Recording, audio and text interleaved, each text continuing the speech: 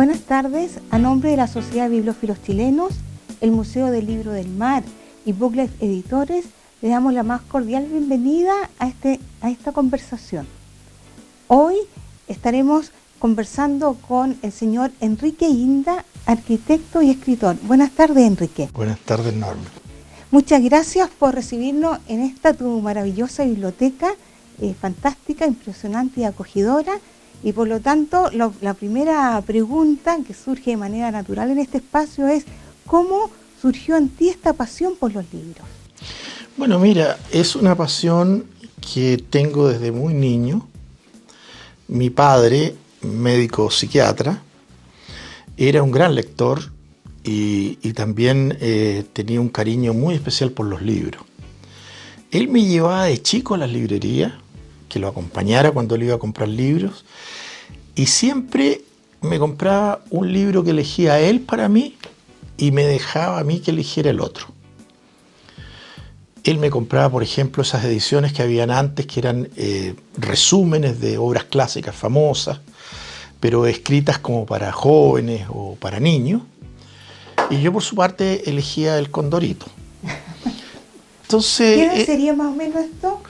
Yo tenía unos 8 años, no más que eso. Incluso él fue la primera persona que me llevó a la calle San Diego, a las librerías de viejos y de libros antiguos. Y ahí era entretenidísimo ver esos grandes lugares, como bateas llenas de libros. Y mi papá conversaba mucho con los libreros, conversaba de ediciones, y generalmente lo que me llamaba mucho la atención es que casi nunca compraba libros de psiquiatría, que era su especialidad. Muchos libros de historia y novela.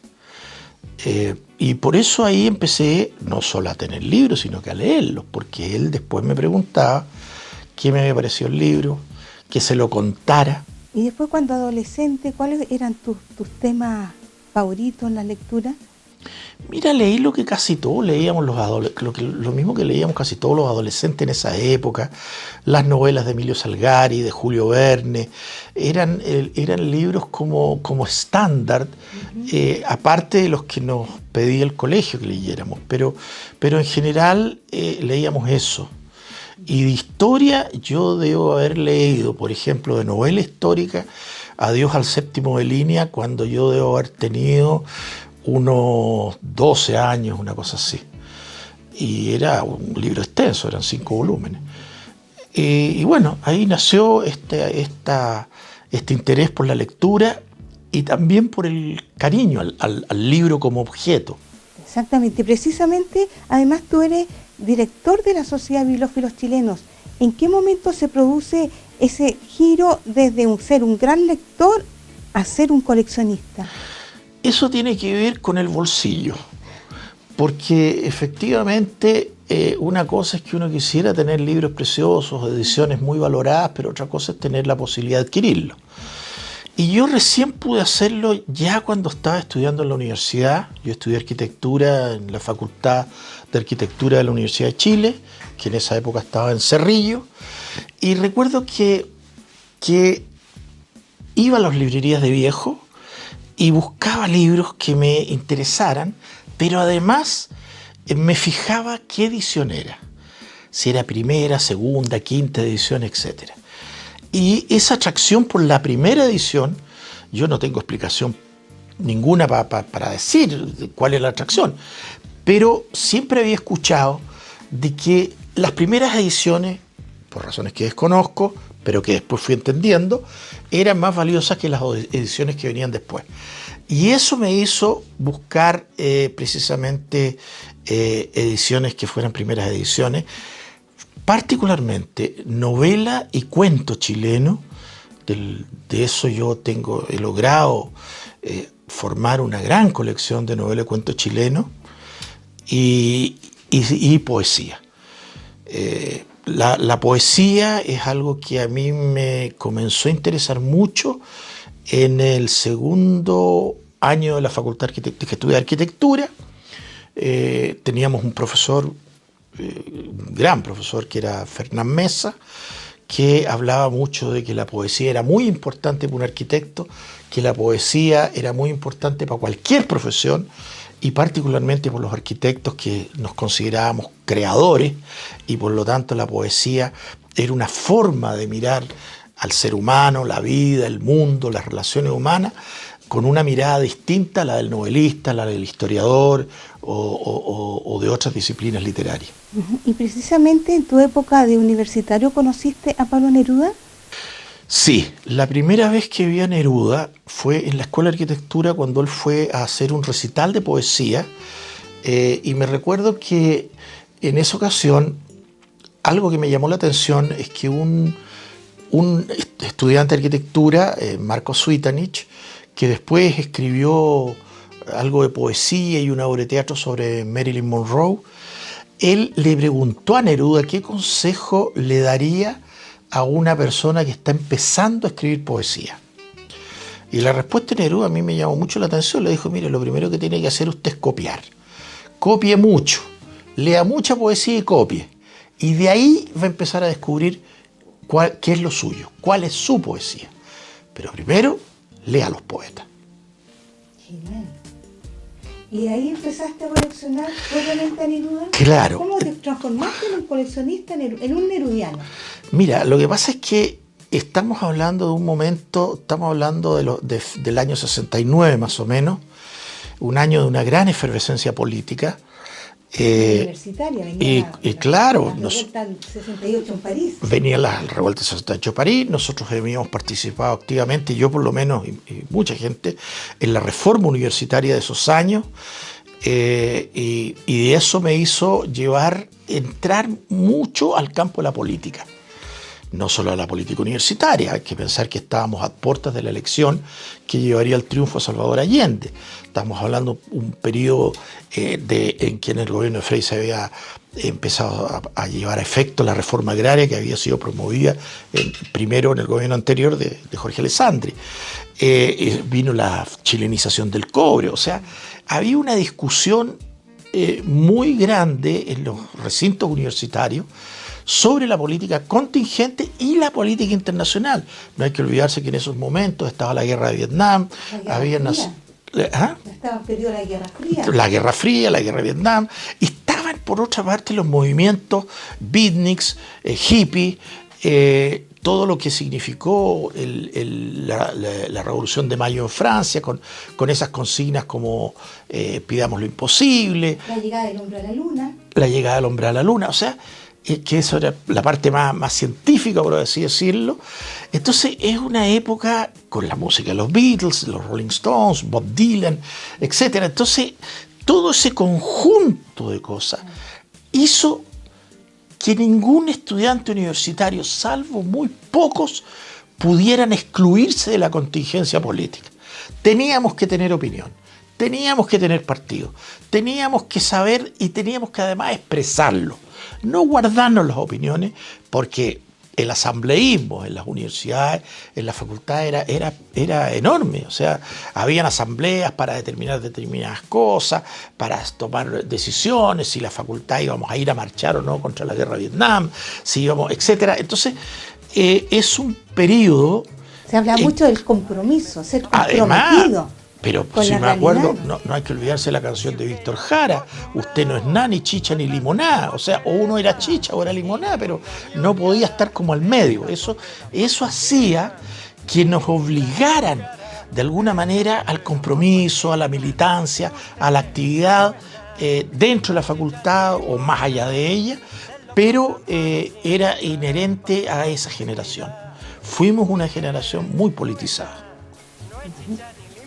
¿Y ahí, en qué momento te acercaste a Neruda? Bueno, después de esa reunión en que fue Neruda a la Facultad de Arquitectura, justamente lo invitó un amigo mío que era arquitecto, estudiante de arquitectura de mi curso y con quien fuimos muy amigos, que se llamaba Ramiro Insunza. Y en la casa de Ramiro, él era hijo de don Sergio Insunza, que fue ministro de Justicia, un gran abogado, que fue ministro de Justicia en el gobierno de Salvador Allende, y la señora Vida Figueroa, hermana de Juan Agustín Figueroa, que fue presidente de la Fundación Neruda. Y Ramiro me invitaba a su casa y en una oportunidad llegó Neruda a almorzar. y nosotros estábamos trabajando en el taller haciendo maquetas, y se fue al lugar donde trabajamos, ahí que era el garage de la casa de Ramiro en Ñuñoa. Y se metió ahí y me dijo, a ver, ¿qué están haciendo? Muéstrenme los proyectos que están haciendo, las maquetas, les mostramos, explíquenme esto de acá y por qué esto aquí, esto ahí. A él le interesaba mucho la arquitectura, cosa que después comprobé personalmente cuando, muchos años después, tuve una relación mucho más directa con Neruda y hablamos de arquitectura también en ese momento. Además había todo un concepto en sus casas, precisamente. Por supuesto, era un concepto muy llamativo por la diversidad de objetos. Era un poco como lo que hoy día o hace unos años se bautizó como algo kitsch, porque había una mezcla de estilos, de épocas, de cosas antiguas, cosas nuevas, diseños recientes y objetos curiosos. Entonces, exactamente, porque hasta ese momento la decoración era todo, si era Chip and Dale, todo un modernismo, claro. Y él empezó a mezclar, cosas que se usó muchos años después. Además, venían los regalos, porque las casas de Neruda estaban siempre con muchos regalos. A él le encantaba que le regalaran cosas curiosas, objetos, estos barquitos en botella, caracolas, por supuesto, y que iban completando su propia colección que le había ido armando con el tiempo. Y ahí hay regalos de Fernand Léger, por ejemplo, un óleo de Léger, hay cosas que un barco que le regaló Picasso. ¿Y la foto que tú tienes en su casa, en qué circunstancias se dio ese encuentro? Eso se dio el año 72, en que me invita a almorzar porque yo estaba diseñando el pabellón de Neruda en la exposición de la Feria del Mar en Valparaíso, que lo organizaba la Corporación de Fomento, la Corfo, de entonces, y me designaron, por mi conocimiento de Neruda, ya en ese momento ya sí conocía bastante la obra, ya había coleccionado bastantes primeras ediciones de Neruda, y en esa oportunidad me invita a almorzar.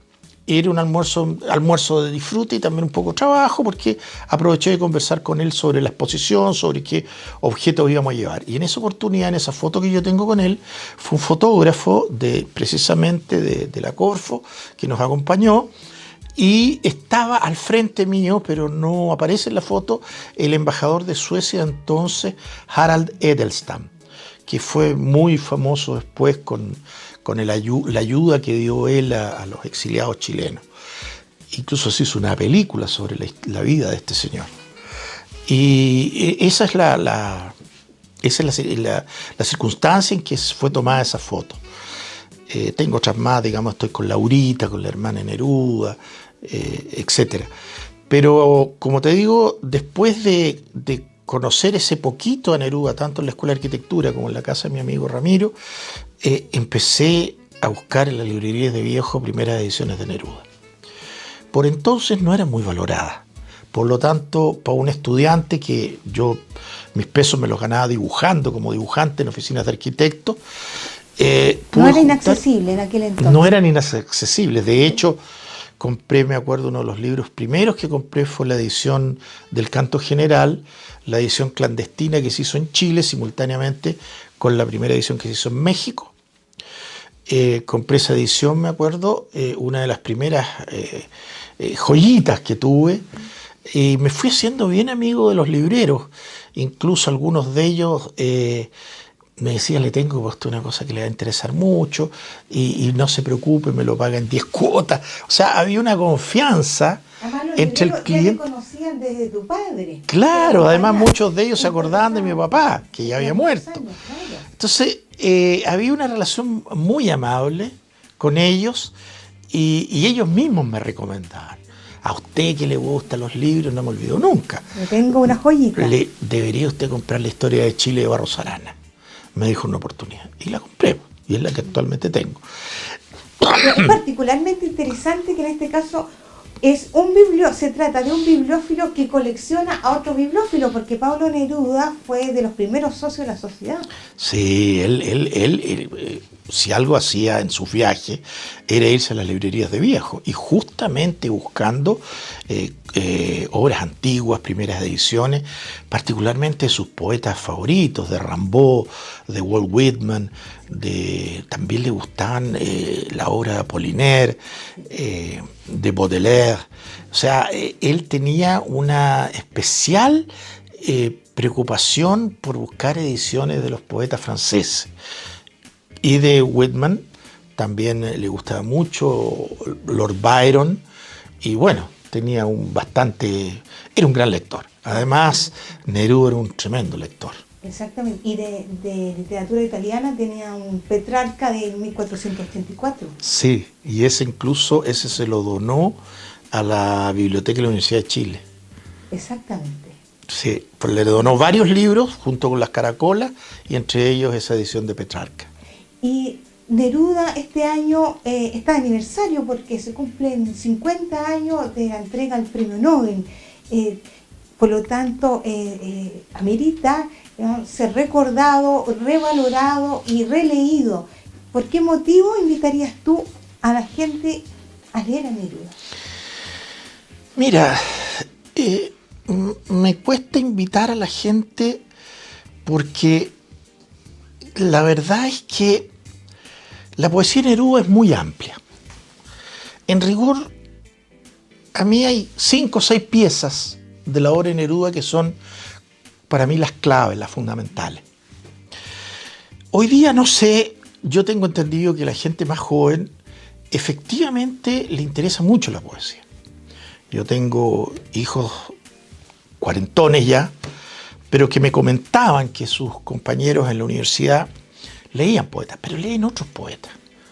Por ejemplo, leen al Conde de Lautréamont, leen a Enrique Lin, leen poesía surrealista, tienen interés por otra poesía. No leen a la Mistral, no leen a Neruda, leen bastante a Parra y algo a Zurita, pero en general como que los consideran tanto a Neruda como a la Mistral como un poco, no digamos dinosaurios, pero algo parecido de la poesía. Ahora, recomendarles a ellos siempre les recomiendo, o sea, incluso a amigos de mis hijos que vienen y que empiezan con la biblioteca, yo inmediatamente les digo, ustedes leen poesía, lean a Neruda, y yo siempre a los jóvenes les recomiendo leer primero que nada Residencia en la Tierra, que es un libro complejo, que es un libro que hasta el día de hoy es considerado una de las obras clásicas de la literatura española, de habla hispana. Es como una obra rupturista en su momento, y Residencia en la Tierra contacta mucho más rápido con una persona joven hoy día que como podría contactar o conectar los 20 poemas de amor o incluso la poesía política, porque bueno, hoy día la juventud cada día está más contraria a la política, a los partidos, a los políticos, y Neruda tiene una poesía política maravillosa. A todos les recomiendo Alturas de Machu Picchu, por ejemplo, a los jóvenes. Les recomiendo Extravagario, que es un libro muy bonito, que Neruda quería mucho, porque es como un libro muy suelto de Neruda. Y por lo tanto, y en amor, les recomiendo Los versos del Capitán, que es un libro precioso. Y ya que estamos en tu biblioteca, no vamos a perder la oportunidad de hacer un recorrido por ella, así que nos gustaría saber cuáles son tus libros favoritos de Neruda y qué joyas te gustaría compartir. Mira, uno con los libros tiene una relación fundamentalmente afectiva. Obviamente que mis mayores afectos son aquellos libros que me dedicó Neruda y que me regaló Neruda. Sin ser las piezas más claves de la colección. Las piezas más claves de la colección son por 2 razones. Uno, por lo raras, por lo escasas, y generalmente las piezas raras y escasas son las más caras, que las pude adquirir después de muchos años. Me ayudó mucho también esta globalización a través de internet para poder comprar algunas cosas en Nueva York, otras cosas en París. Y entre los títulos que más cariño le tengo yo es justamente ese Canto General, que fue de los primeros libros que compré cuando era joven y que se lo llevó a Neruda y me lo dedicó en la fotografía. Y también por su contenido. El Canto General está compuesto de muchas partes, tiene muchos capítulos y hay algunos de ellos que son maravillosos. El dedicado a América es una preciosura, Alturas de Machu Picchu es maravilloso. Toda esa parte que me ayudó mucho con acercarme a la historia de Chile tiene que ver precisamente con el capítulo que dedica a los libertadores. Es un libro que es como un historial de América, es como una poetización de nuestra América con sus dolores, con sus sufrimientos, con sus héroes. Una fundación poética. Exactamente, es muy interesante y como tal pude, afortunadamente, después de muchísimos años, comprarle a un coleccionista, don Hernán Bravo, un destacado coleccionista y bibliófilo, abogado, la edición mexicana del Canto General, que es la primera y que está ilustrada con las guardas de David Alfaro Siqueiros y de Diego Rivera. Ese es uno de los libros importantes por el contenido del libro y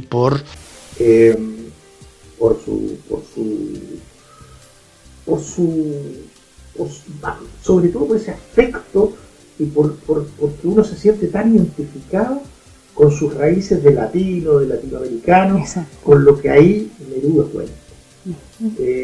Y te voy a poner el otro extremo, un libro que no es una gran obra, que se llama La Rosa Separada, que está dedicada a Isla de Pascua, y que yo adquirí en Francia, y que es un libro muy escaso, de un tiraje muy pequeño, con ilustraciones de Enrique Zañartu, el gran escritor chileno radicado durante muchos años en Francia. Ese libro, por ejemplo, tiene la doble particularidad de estar ilustrado por un gran pintor. Y una edición muy bonita, en caja, con un papel maravilloso. Además. Claro, se hicieron ediciones en español y en francés. Exactamente. Y además dentro de tu colección nerudiana hay como una especialidad también que son las dedicatorias. Sí, varios libros que compré estaban dedicados por Neruda. Uno de los más importantes, sin lugar a dudas, es Crepusculario, que es el primer libro que se considera primer libro de Neruda, a pesar de que hay uno pequeñito anterior, que es La Canción de la Fiesta, que se hizo una edición muy pequeña, muy limitada, y los dos los logré adquirir con dedicatorias de esa época de Neruda. Una de ellas, la de La Canción de la Fiesta, está dedicada a Renato Monastrés, persona que nadie ubica, pero que leyendo la revista Claridad de esa época, era uno de los escritores que colaboraba con la revista Claridad, que era una revista de los estudiantes de la Universidad de Chile, de la Federación de Estudiantes de la Universidad de Chile, en la que también colaboraba Neruda. Entonces, esa edición de La Canción de la Fiesta pequeñita está dedicada a Renato Monastrés, que era un amigo de él de esa época. Y el otro, a una persona en que no está el apellido, el Crepusculario, de nombre Sergio, que incluso Neruda en esa época, ya en el año 33, le dice: ¿dónde se ha conseguido usted este libro? Me extraña su pasión, ¿dónde se ha conseguido? Porque ya en esa época la primera edición de Crepusculario era muy escasa. También otra de tus joyas es el libro Toros.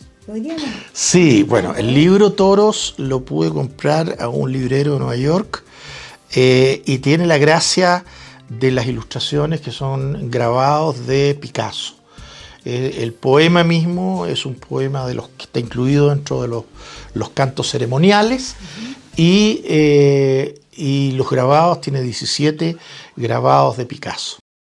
Finalmente, Enrique, ¿qué reflexión nerudiana te gustaría compartir con nuestros amigos? Mira, en realidad lo que muchas veces le digo a mucha gente: por favor, lean de todo. Ojalá lean poesía, ojalá lean novela, también historia, pero lean de todo. No se segmenten a una sola parte de la literatura. Hay riqueza literaria en muchos géneros y por lo tanto hoy día los libros son muy baratos, no son caros comparado con lo que valen otros productos bastante más innecesarios que un libro.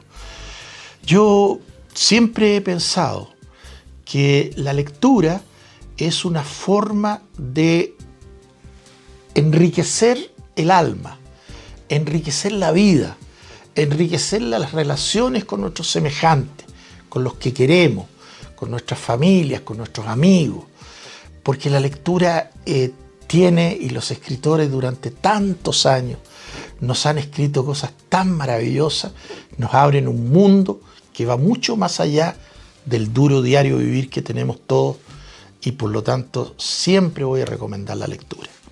Bueno, muchas gracias, Enrique, por habernos recibido en este espacio mágico con tus bellísimos libros en esta fantástica biblioteca y por tus palabras llenas de educación y amenidad. Muchas gracias.